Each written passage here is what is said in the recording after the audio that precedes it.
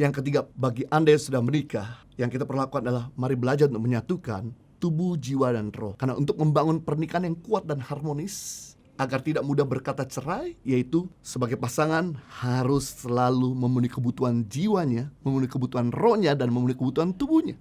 Untuk menyatukan tubuh dengan doa bersama, saling mendoakan, menyembah bersama, merenungkan firman Tuhan. Karena melalui pergaulan kita dengan Tuhan membuat kita dan pasangan kita bertumbuh dan berbuah, mengalami perubahan hidup, sehingga kasih kita, kesabaran, kelemah lembutan, penguasaan diri, dan juga kebaikan semakin nampak, dan manusiawi kita semakin berkurang-kurang. Itu semua tidak terjadi kalau kita nggak pernah bersama-sama membangun manusia roh kita, memenuhi kebutuhan roh kita. Yang kedua, di mana untuk menyatukan hubungan pernikahan yang harmonis, kita perlu menyatukan jiwa, yaitu dengan komunikasi bersama, sharing firman Tuhan bersama, melayani Tuhan bersama, ada waktu quality time, saling berkomunikasi, dan juga waktu rekreasi. Karena dengan kita menyatukan jiwa, maka pikiran, perasaan, dan kehendak kita semakin sehati dengan pasangan kita. Dan yang ketiga, untuk kita bisa punya pernikahan yang solid dan kokoh, kita perlu menyatukan tubuh, yaitu dengan melakukan hubungan suami istri. Jangan sampai kita punya roh yang kuat, ada waktu doa bersama,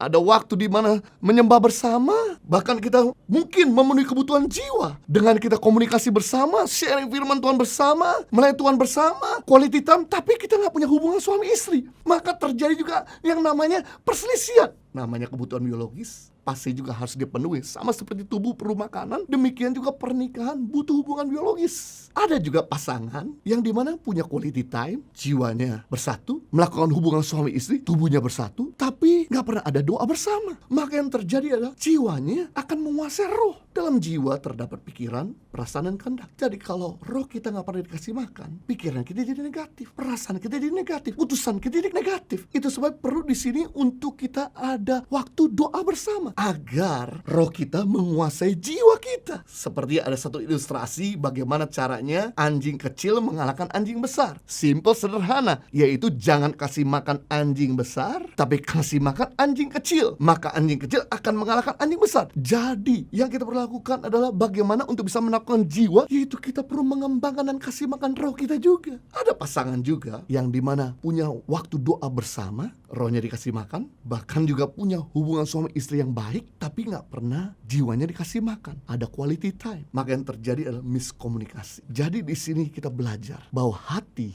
membutuhkan kasih, jiwa membutuhkan damai, sedangkan tubuh membutuhkan makanan dan kebutuhan biologis. Ketika kita sebagai pasangan bisa memenuhi kebutuhan tubuh, jiwa, dan roh, inilah yang menolong kita agar pernikahan kita tetap kuat dan solid. Jadi kita belajar hari ini ada 3 pesan mencegah perceraian. Yang pertama, pesan bagi Anda yang masih single, jika Anda mencari pasangan hidup, carilah pasangan hidup yang punya karakter, bukan sekedar punya karisma. Karena karakter bicara luar dan dalam sama. Karisma membawa kita ke puncak, tapi karakter mempertahankan kita ada di puncak. Karisma membuat orang terpesona, tapi karakter yang membuat orang bertahan di tengah-tengah penderitaan. Yang kedua, pesan bagi yang berpacaran kudus. Pada waktu Anda berpacaran dengan kudus dan benar, maka disitulah tumbuh damai sejahtera. Yang ketiga, pesan bagi Anda yang sudah menikah, berilah makan bagi kebutuhan tubuh, jiwa, dan roh dirimu dan pasangan hidupmu. Maka dengan demikian kita punya pernikahan bahagia, aman, dan dalam perlindungan Tuhan.